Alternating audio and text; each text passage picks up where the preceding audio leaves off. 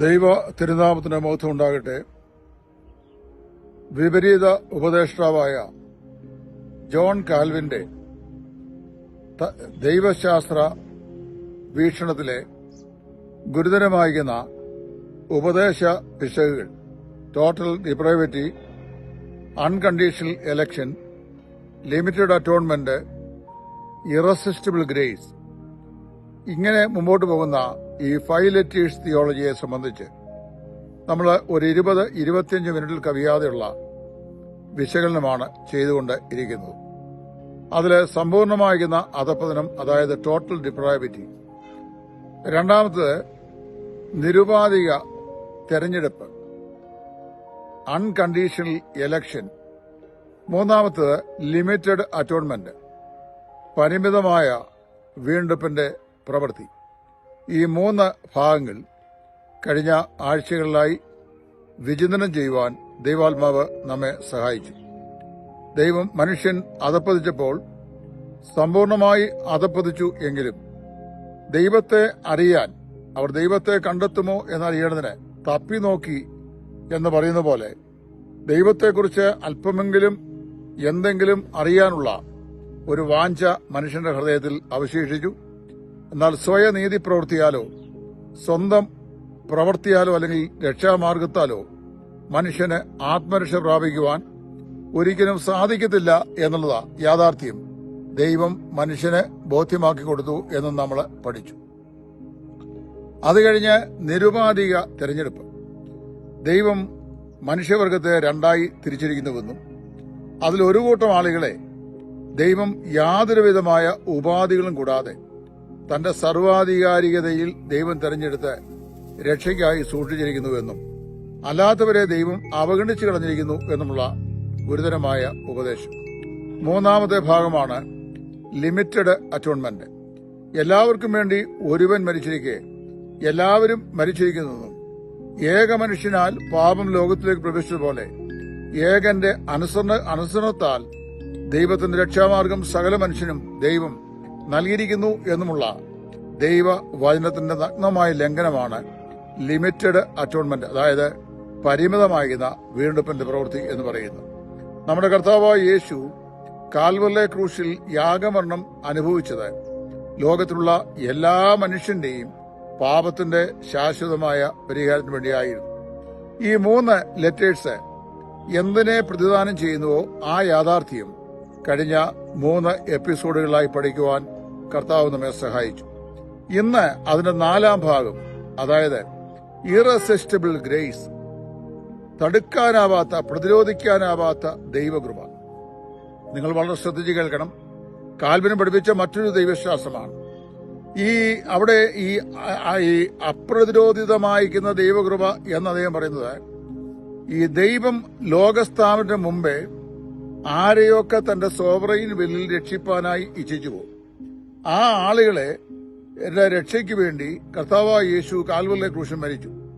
അങ്ങനെ യേശുക്രിസ്തു ക്രൂശിൽ മരിച്ചപ്പോൾ ഏതു വ്യക്തികളെ ദൈവം ലോകസ്ഥാപനത്തിന് മുമ്പേ ക്രിസ്തുവിൽ മുൻകണ്ടുവോ അവരെ രക്ഷിപ്പാനായി ദൈവം അവർക്ക് കൃപ നൽകി. ആ കൃപ അങ്ങനെയുള്ള തെരഞ്ഞെടുക്കപ്പെട്ടവർക്ക് വേണ്ടി മാത്രമുള്ള കൃപയാണ്. ആ കൃപയെ പ്രതിരോധിക്കാൻ ആരൊക്കെ ദൈവം തെരഞ്ഞെടുത്തുവോ അവർക്ക് സാധിക്കത്തില്ല. അപ്രതിരോധിതമായിരിക്കുന്ന ദൈവകൃപ എന്നാണ് ഇദ്ദേഹം പഠിപ്പിച്ചത്. എത്ര ഗുരുതരമായൊരു ഉപദേശപ്പെശകാണെന്ന് നോക്കി. തീത്തോസിന്റെ ലേഖനം 2-ാം അധ്യായത്തിൽ അപ്പോസ്തലനായ പൗലോസ്ലീഹ ഇപ്രകാരം വിളിച്ചു പറയുകയാണ്: ഭാഗ്യകരമായ പ്രത്യാശയ്ക്കായി വീണ്ടും ജനിക്കപ്പെട്ടിരിക്കുകയാണ്.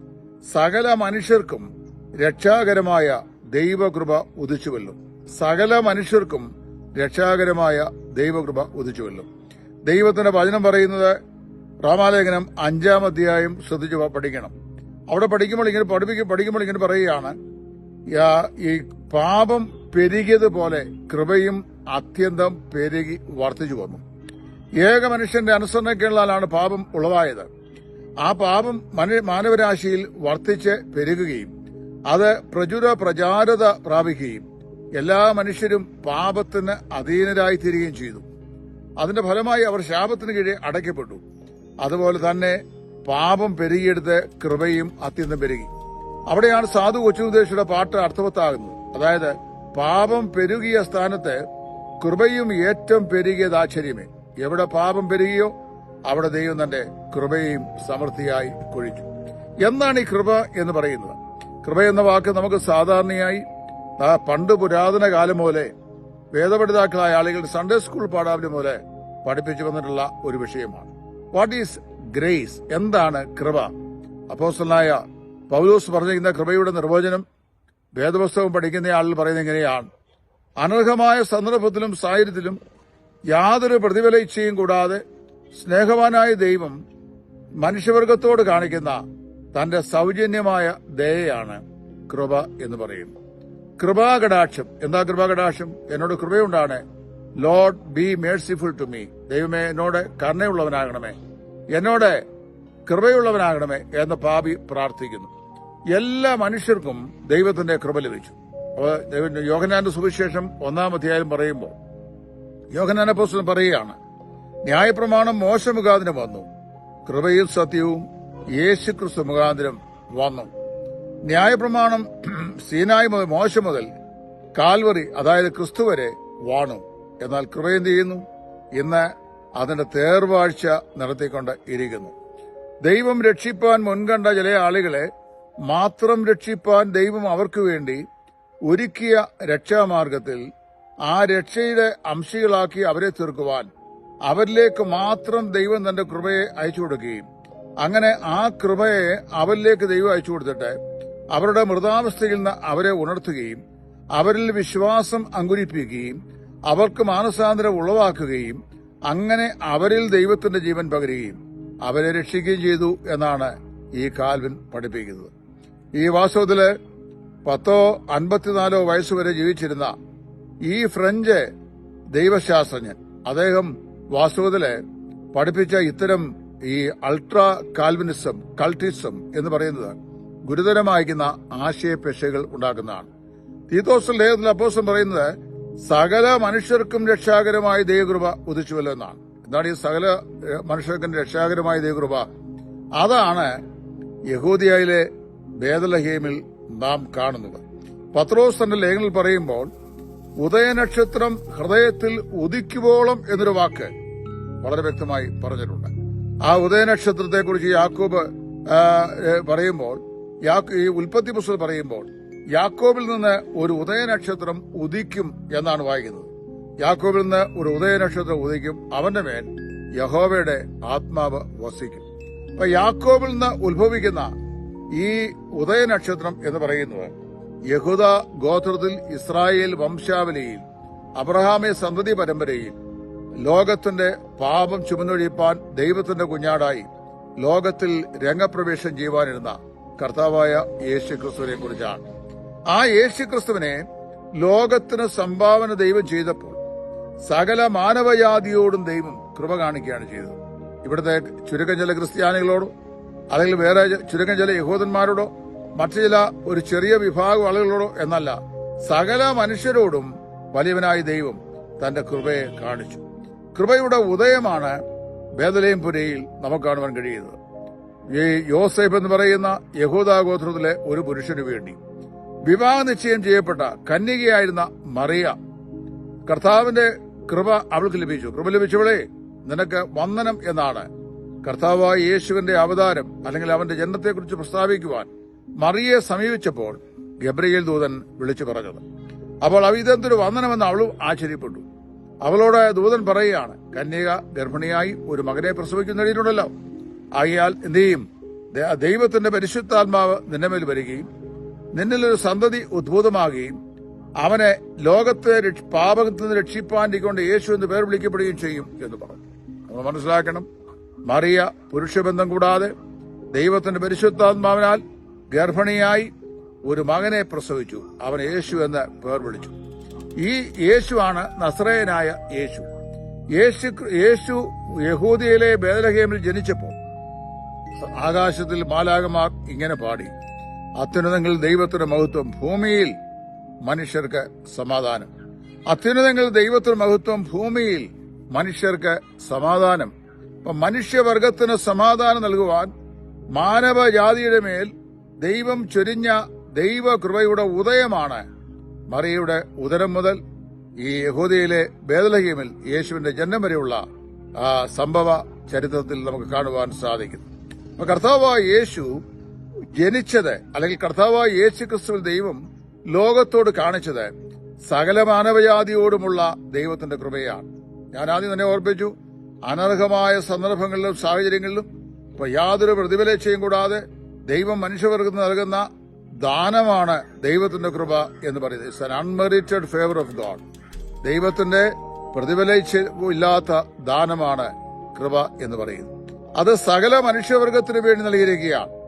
ഇനി ആ കൃപയുടെ പ്രദർശനമാണ് നമുക്ക് കാൽവറിയിലെ ഗോൽഗോഥായിൽ കാണുവാൻ കഴിയുന്നത്. എന്താണ് അപ്പോസ്തലൻ പറയുന്നത്? ദൈവം തന്റെ പുറമെയിൽ മുൻകഴിഞ്ഞ പാപങ്ങളെ ശിക്ഷിക്കാതെ വിടുകുമ്പോൾ താൻ നീതിമാനും യേശുക്രിസ്തുവിൽ വിശ്വസിക്കുന്നവരെ നീതീകരിക്കുന്നവനുമാകിയാൽ ദൈവം അവനെ പരസ്യമായി നിർത്തിയിരിക്കുന്നു. കാൽവറിലെ ഗോൽഗോഥായിൽ രണ്ട് കള്ളന്മാരുടെ മധ്യത്തിൽ നസറേയനായ യേശുവിനെ ലോകത്തിന്റെ പാപം ചുമത്തപ്പെട്ട ദൈവത്തിന്റെ കുഞ്ഞാടായി പിതാവായ ദൈവം നിത്യയാഗമായി തീരുവാൻ അവിടെ നിർത്തിയപ്പോൾ പരിശുദ്ധാത്മാവായ ദൈവം വിളിച്ചു പറയുകയാണ്, ദൈവം തന്റെ പുറമെയിൽ മുൻകഴിഞ്ഞ പാപങ്ങളെ ശിക്ഷിക്കാതെ വിടുക നിമിത്തം താൻ നീതിമാനും യേശുക്രിസ്തുവിൽ വിശ്വസിക്കുന്നവരെ നീതീകരിക്കുന്നതുമാകിയാൽ ദൈവം അവനെ പരസ്യമായി നിർത്തിയിരിക്കുന്നു. ദൈവത്തിന് സ്തോത്രം. യഹൂദയിലെ ബേത്ലഹേമിൽ അവൻ ജനിച്ചപ്പോൾ മാലാഖമാർ പാടി, ഭൂമിയിൽ മനുഷ്യർക്ക് സമാധാനം. അപ്പൊ ലോകത്തിലെ സകല മനുഷ്യർക്കും ഇതാ ദാവീദിന്റെ സന്തതിയായി യേശു എന്ന ക്രിസ്തു നിങ്ങൾക്കായി ജനിച്ചിരിക്കുന്നു. ഇതാ ദാവീദിന്റെ സന്തതിയായി യേശു എന്ന ക്രിസ്തു നിങ്ങൾക്കായി ജനിച്ചിരിക്കുന്നു. അവനെയാണ് പോയി ആട്ടിടയന്മാർ കണ്ട് നമസ്കരിച്ചത്. പിന്നീട് അവനെയാണ് വിദ്വാൻമാർ ചെന്ന് വീണ് നമസ്കരിച്ചത്. അവനാണ് പൊന്നെ, മോര്, കുതിരകം എന്നിവ കാഴ്ചവെച്ചത്. ആ കർത്താവായ യേശുവിന്റെ ജനനം സർവ്വലോകത്തോടും ദൈവം കാണിച്ച ദൈവത്തിന്റെ കൃപയുടെ വ്യാപാരമായിരുന്നെങ്കിൽ കാൽവറിലെ ക്രൂശിൽ ദൈവം അവനെ രണ്ട് കള്ളന്മാർ നടുവിൽ മനുഷ്യവർഗത്തിനു വേണ്ടി ക്രൂശിൽ ഉയർത്തിയത് തന്റെ കൃപയുടെ മഹാപ്രദർശനമായിരുന്നു. അവിടെയാണ് കർത്താവായ യേശുക്രിസ്തുവിന്റെ വലിയ കൃപയെ മഹാപ്രദർശനമായി സ്വർഗം നമ്മുടെ മുമ്പാകെ പ്രദർശിപ്പിച്ചത്. പ്രിയമുള്ളവരെ, ഇവിടെയാണ് നമ്മള് ഈ കാൽവിൻ പഠിപ്പിച്ച അബദ്ധജടിലമായിരിക്കുന്ന ഈ ഇറസിസ്റ്റിബിൾ ഗ്രേസ്, അതേ പറയുന്നത് ആരെയൊക്കെ രക്ഷിപ്പാൻ ദൈവം മുൻകൂട്ടി തീരുമാനിച്ചുവോ അവരിലേക്ക് ദൈവം തന്റെ കൃപയെ വ്യാപരിപ്പിക്കുമ്പോൾ ആ കൃപയെ പ്രതിരോധിക്കുവാൻ മനുഷ്യന് സാധിക്കത്തില്ല. അവർ ആ കൃപയ്ക്ക് വശംബദരായി രക്ഷ പ്രാപിച്ചേ മതിയാവുകയുള്ളൂ എന്നാണ്. അങ്ങനെയല്ല ദൈവം പറയുന്നത്.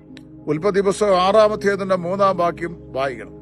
സൃഷ്ടി മുതൽ നോഹയുടെ കാലം വരെയുള്ള കാലത്തിന്റെ ചരിത്രം അവിടെ മോശ രേഖപ്പെടുത്തിയിട്ടുണ്ട്. ഉൽപ്പത്തി പുസ്തകം 1-ാം അധ്യായം മുതൽ 6-ാം അധ്യായത്തിന്റെ 3-ാം വാക്യം വരെ വരുമ്പോൾ മാനവജാതിയുടെ ചരിത്രം ഏതാണ്ട് 2000 വർഷത്തോളം പിന്നിട്ട് കഴിഞ്ഞു. 2000 വർഷം കഴിഞ്ഞപ്പോൾ കായീന്യ സംസ്കാരം അതിന്റെ ഏറ്റവും ഉത്തുംഗതയിൽ എത്തിച്ചേരുകയും അത് പാപത്തിൽ നിന്ന് പാപത്തിലേക്ക് നിബന്ധിക്കുകയും അത്യന്തം ഭയാനകമായ നിലയിൽ വഷളത്വം മനുഷ്യരിൽ പ്രബലമാകുകയും ചെയ്തു. അങ്ങ് ഭൂമിയിൽ നിവാസികളുടെ ദുഷ്ടത വളരെ വലുതെന്ന് ദൈവം കണ്ടു. അതുകൊണ്ട് ഭൂമിയെ ദൈവം ന്യായം വിധിക്കുവാനായി തീരുമാനിച്ചു. ഒരു മഹാപ്രളയത്തിലൂടെയാണ് ആ ന്യായവിധിയെ ദൈവം ഭൂമിയുടെ മേൽ വരുത്തുവാൻ തീരുമാനിച്ചത്. അവിടെയാണ് ദൈവം നോഹയെ എഴുന്നേൽപ്പിച്ചത്. അവിടെയാണ് നോഹ മുഖാന്തരമായി ലോകത്തോട് പ്രസംഗിച്ചത്.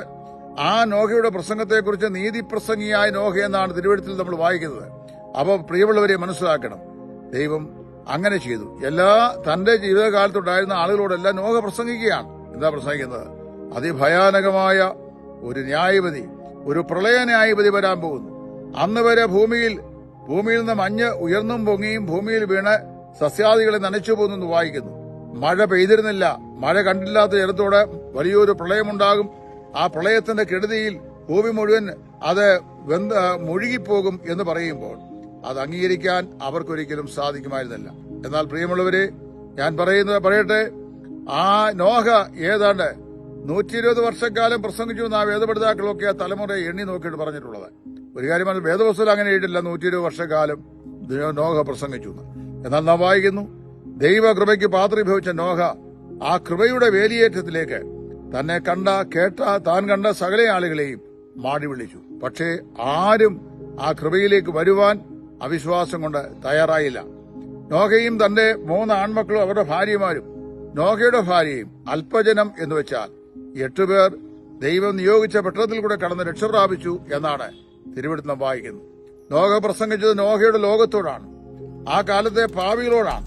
പത്രോസിന്റെ ലേഖനത്തിൽ പത്രോസ് പറയുമ്പോൾ ദൈവം പണ്ട് ക്രിസ്തുവിന്റെ ആത്മാവിൽ നോഹയുടെ കാലത്ത് ഇപ്പോൾ തടവിൽ കിടക്കുന്ന ആത്മാക്കളോട് എന്ത് ചെയ്തു? ചെന്ന് രക്ഷയുടെ സുവിശേഷം അറിയിച്ചു എന്നാണ് പറയുന്നത്. ആ വേദഭാഗം വളരെ വ്യക്തമാണ്. നോഹ ജീവിച്ചിരുന്ന കാലഘട്ടത്തിൽ നോഹ ദൈവത്തിന്റെ സുവിശേഷം, ദൈവങ്ങളുടെ സുവിശേഷം പ്രസംഗിച്ച കാലഘട്ടങ്ങളിൽ അന്ന് നോഹയുടെ പ്രസംഗം കേട്ട ആളുകൾ ഇപ്പോൾ തടവറയിലാണ്, എന്ന് പറഞ്ഞാൽ ബന്ധനത്തിലാണ്.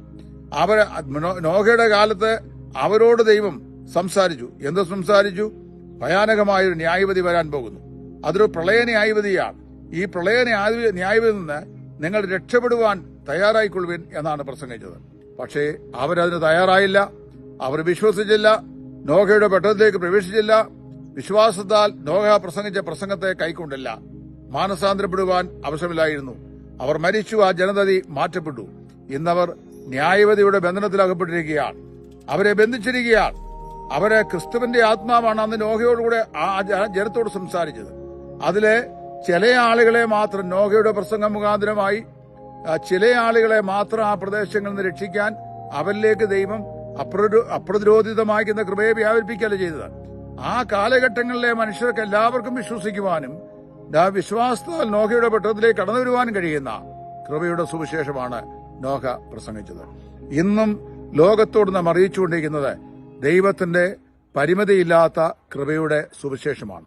ആ സുവിശേഷത്തെയാണ് പത്രോസ് പറയുന്നത് സകല മനുഷ്യർക്കും രക്ഷാകരമായ കൃപയുടെ സുവിശേഷം. അതാണ് സുവിശേഷത്തിന്റെ പ്രത്യേകത. ആ കൃപയുടെ സുവിശേഷത്തില് എല്ലാ മനുഷ്യർക്കും വിശ്വസിക്കുവാനുള്ള കൃപ കർത്താവ് പൊതുവായി നൽകിയിരിക്കുകയാണ്. വേറെ ചിലരെ തെരഞ്ഞു പിടിച്ചെടുത്തിട്ട്, അതായത് 1000 പേരെ കണ്ടാൽ 50 പേരെ തെരഞ്ഞെടുത്തിട്ട് അവർക്ക് രക്ഷിക്കപ്പെടാനുള്ള കൃപ പകരുകയും അവരെ ലോകസ്ഥാപന മുമ്പേ ദൈവം തെരഞ്ഞെടുക്കുകയും ആ തെരഞ്ഞെടുക്കപ്പെട്ടവർക്ക് രക്ഷയിലേക്ക് പ്രവേശിക്കാനായി തന്റെ കൃപയെ അങ്ങോട്ട് ഇഞ്ചക്ട് ചെയ്യുകയും ചെയ്ത കർമ്മപരിപാടിയായിരുന്നല്ല ദൈവത്തിന്റെ രക്ഷാപദ്ധതി. മറിച്ച് ലോകത്തിലെ സകല മനുഷ്യരുടെയും രക്ഷയ്ക്ക് വേണ്ടിയുള്ള ദൈവകൃപയാണ്. യോഹന്നാൻ 3:16 നമുക്കെല്ലാവർക്കും മനഃപ്പാഠമാണ്.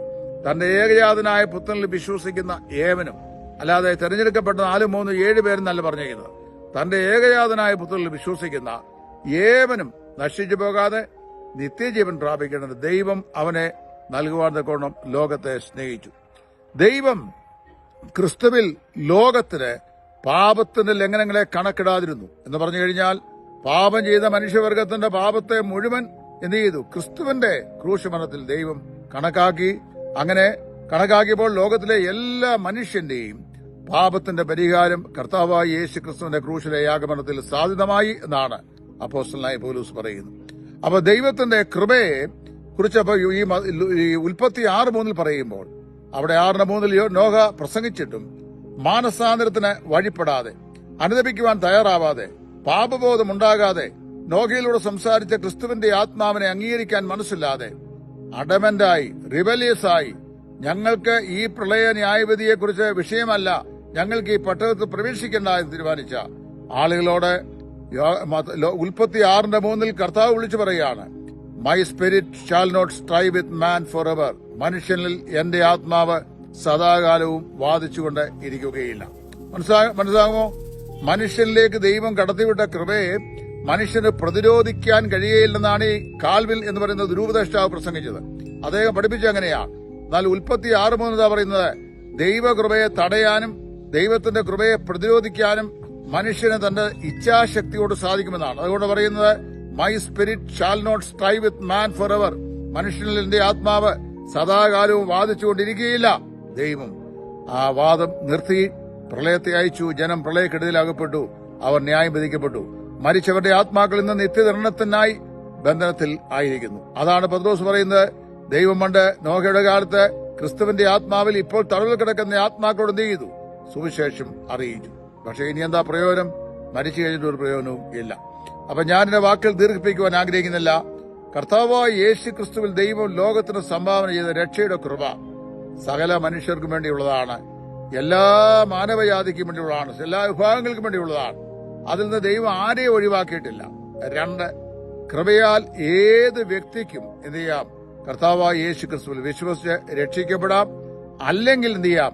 അവിശ്വസിച്ച് ശിക്ഷാവിധിക്ക് യോഗ്യന്മാരായി തീരാം.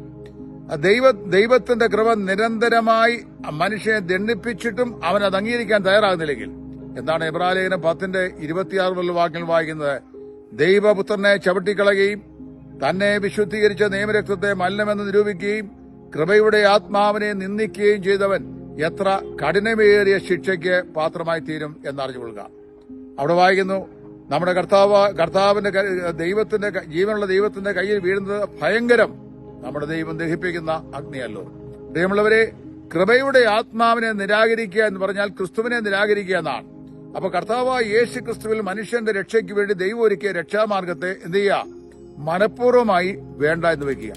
അപ്പൊ പ്രതിരോധിക്കാൻ കഴിയുമോ? എത്രയോ പ്രാവശ്യം പാപികളായ ആളുകളോട് ദൈവത്തിന്റെ പരിശുദ്ധാത്മാവ്, സ്നേഹിത താങ്കൾ പാപിയാണ്, പാപിയായ മനുഷ്യൻ ഒരു ദിവസം മരിക്കും, മരിച്ചാൽ അവന്റെ ആത്മാവ് ശരീരത്തെ വിട്ട് വേർപെട്ടാൽ നിത്യ നരകാഗ്നിക്കായി അവൻ പാതാളത്തിലേക്ക് പോകും, അന്ത്യ ന്യായവിധിക്കായി അവനോട് സൂക്ഷിക്കപ്പെടും, ഏറ്റവും ഒടുവിലായി തീപ്പൊയ്കയിലേക്ക് അവൻ എറിയപ്പെടും. ആകയാൽ ഇപ്പോഴാകുന്നു രക്ഷാദിവസം, ഇപ്പോഴാകുന്നു സുപ്രസാദകാലമെന്ന് ദൈവത്തിന്റെ പരിശുദ്ധാത്മാവ് നിരവധി പ്രാവശ്യം പ്രസംഗിച്ചിട്ടും ആ പ്രസംഗം ആവർത്തിച്ച് കേട്ടത് മുഖാന്തരമായി പാപബോധം ഉളവായെങ്കിലും റിബല്യസ് മൈൻഡ് കൊണ്ട്, എന്ന് പറഞ്ഞാൽ ഒരു വിധത്തിലും അംഗീകരിക്കാൻ മനസ്സില്ലാത്ത മാത്സരികമായ മനോഭാവം കൊണ്ട് ദൈവത്തിന്റെ കൃപയെ മനുഷ്യൻ അനാദരിച്ചു കളയുന്നു എന്ന് നമ്മൾ തിരുവഴുത്തിലൂടെ മനസ്സിലാക്കാൻ കഴിയും. അപ്പോൾ അപ്രതിരോധിത ദൈവകൃപ എന്നൊരു കൃപയില്ല. ദൈവത്തിന്റെ കൃപയെ സ്വീകരിക്കാനോ പ്രതിരോധിക്കാനോ മനുഷ്യന്റെ ഇച്ഛാശക്തി കൊണ്ട് മനുഷ്യനെ സാധിക്കും. കർത്താവായ യേശുവിനെ രക്ഷിതാവായി സ്വീകരിക്കുവാനോ തിരസ്കരിക്കുവാനോ മനുഷ്യന്റെ ഇച്ഛാസ്വാധീനം കൊണ്ട് മനുഷ്യനെ സാധിക്കും. ഞാൻ ചോദിക്കട്ടെ, മനുഷ്യന് വാസ്തവത്തിൽ എന്താണ് വീണത്? മനുഷ്യന് വീണുന്നത് ദൈവം മാനവരാശിക്ക് വേണ്ടി ഒരുക്കിയ ദൈവകൃപയുടെ മാസ്മരികതയിലേക്ക് വിശ്വാസത്താൽ അവൻ കടന്നുവന്ന് കർത്താവായി യേശുവിനായി ജീവിതം സമർപ്പിച്ച് ഏൽപ്പിച്ച് രക്ഷിക്കപ്പെടുക എന്നുള്ളതാണ്.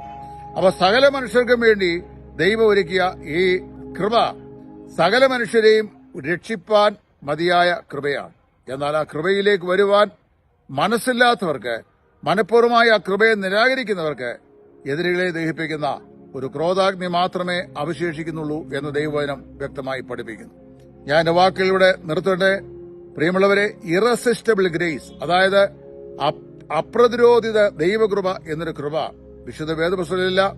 ദൈവത്തിന്റെ കൃപയെ മനുഷ്യന് പ്രതിരോധിക്കാൻ സാധിക്കും, നിരാകരിക്കാൻ സാധിക്കും, തള്ളിപ്പറയാൻ സാധിക്കും, അംഗീകരിക്കാതിരിക്കാൻ സാധിക്കും, മനസ്സോടെ നിത്യനരകത്തിലേക്ക് പോകാനും സാധിക്കും. അതുകൊണ്ട് ഈ ടുലീപ്പ് എന്ന് പറയുന്ന ഉപദേശ പിശകിലെ ദൈവശാസ്ത്ര വീക്ഷണത്തിലെ ഈ 4ാമത്തെ ലെറ്റർ എന്തിനെ പ്രതിദാനം ചെയ്യുന്നു? ആ യാഥാർത്ഥ്യമാണ് ഇന്ന് ഞാൻ നിങ്ങളോട് അറിയിച്ചത്. കൃപയാലല്ലോ വിശ്വാസം മൂലം നിങ്ങൾ രക്ഷിക്കപ്പെട്ടിരിക്കുന്നു. എഫേസോസിലെ വിശ്വാസികളുടെ എഫേസ് 2:8 അപ്പോസ്തലനായ പൗലോസ് പറയുകയാണ്, അതിൽ നിങ്ങളുടെ പ്രവൃത്തിയും കാരണമല്ല, ദൈവത്തിന് ദാനമത്രേ ആകുന്നു. ദൈവം ദാനമായി തന്റെ കൃപയാൽ മനുഷ്യവർഗം നൽകിയ ആ തന്റെ രക്ഷയെ മനുഷ്യൻ എന്ത് ചെയ്യാം? ഒന്നുകിൽ സ്വീകരിക്കാം, അല്ലെങ്കിൽ അസ്വീകാര്യമായി കണക്കാക്കാം, അല്ലെങ്കിൽ നിരാകരിക്കാം എന്നാണ് എന്റെ അർത്ഥം. അതുകൊണ്ട് ഒരു വസ്തുത മനസ്സിലാക്കുക, ദൈവം കുറെ പേരെ രക്ഷയ്ക്കായി തെരഞ്ഞെടുത്തിട്ടില്ല, തെരഞ്ഞെടുക്കപ്പെട്ടവർക്ക് വേണ്ടി ക്രിസ്തു മരിച്ചിട്ടില്ല, അങ്ങനെയുള്ളവർക്ക് വേണ്ടി മാത്രം ദൈവം തന്റെ കൃപയെ പകർന്നിട്ടില്ല. സകല മനുഷ്യന്റെയും രക്ഷയ്ക്ക് വേണ്ടിയുള്ള ദൈവകൃപയാണ് കർത്താവായ യേശു യഹൂദയിലെ ബേത്ലഹേമിൽ ഉദിപ്പിച്ചത്, കാൽവറിയിൽ പ്രദർശിപ്പിച്ചത്. ഈ കർത്താവായ യേശു ക്രിസ്തുവിൽ ലോകത്തിന്റെ ഏത് മുക്കിലും മൂലയിലുമുള്ള ഏത് പാപിയായ മനുഷ്യൻ വിശ്വാസത്താൽ സ്വീകരിച്ച് അവനെ കർത്താവിന്റെ രക്ഷിതാവായി കൈക്കൊണ്ടാലും നിശ്ചയമായും അവന്റെ പാപങ്ങൾ മോചിക്കപ്പെടും, അവൻ ദൈവ പൈതലായിത്തീരും, ആ ദൈവകൃപയിലേക്ക് അവൻ ആകർഷിക്കപ്പെടും, അവന് നിത്യജീവന്റെ പങ്കാളിയായി തീരുവാൻ സാധിക്കും. ഇതാണ് വേദപുസ്തകം പഠിപ്പിക്കുന്ന കൃപ എന്ന് പറയുന്നത്. ഇതാണ് കൃപയുടെ സുവിശേഷം എന്ന് പറയുന്നത്. അത് വിശ്വസിച്ച് അംഗീകരിച്ച് ഈ നിലയിൽ ഏതെങ്കിലും നിലയിൽ അപ്രതിരോധിത ദൈവകൃപ എന്ന് പറയുന്ന വ്യാജ ഉപദേശത്തിന്റെ ഉടക്കിൽ ആരെങ്കിലും പിടിപെട്ട് കിടപ്പുണ്ടെങ്കിൽ അവര് കർത്താവിന്റെ വചനത്തിൽ നൽകപ്പെട്ടിരിക്കുന്ന എല്ലാവർക്കും വേണ്ടിയുള്ള ദൈവകൃപയിൽ വിശ്വസിച്ച് രക്ഷിക്കപ്പെടുവാൻ സർവേശ്വരൻ എല്ലാവരെയും സഹായിക്കട്ടെ എന്ന് ആത്മാർത്ഥമായി പ്രാർത്ഥിച്ചുകൊണ്ട് എന്റെ ഈ വാക്കുകൾ ഇവിടെ നിർത്തുന്നു. ദൈവം എല്ലാവരെയും അനുഗ്രഹിക്കട്ടെ. ക്രിസ്തുവിൽ നിങ്ങളുടെ കൂട്ടുസഹോദരൻ സുവിശേഷകൻ ടൈറ്റസ് ഫ്രം ഇടയാറുമുള്ള. Thank U.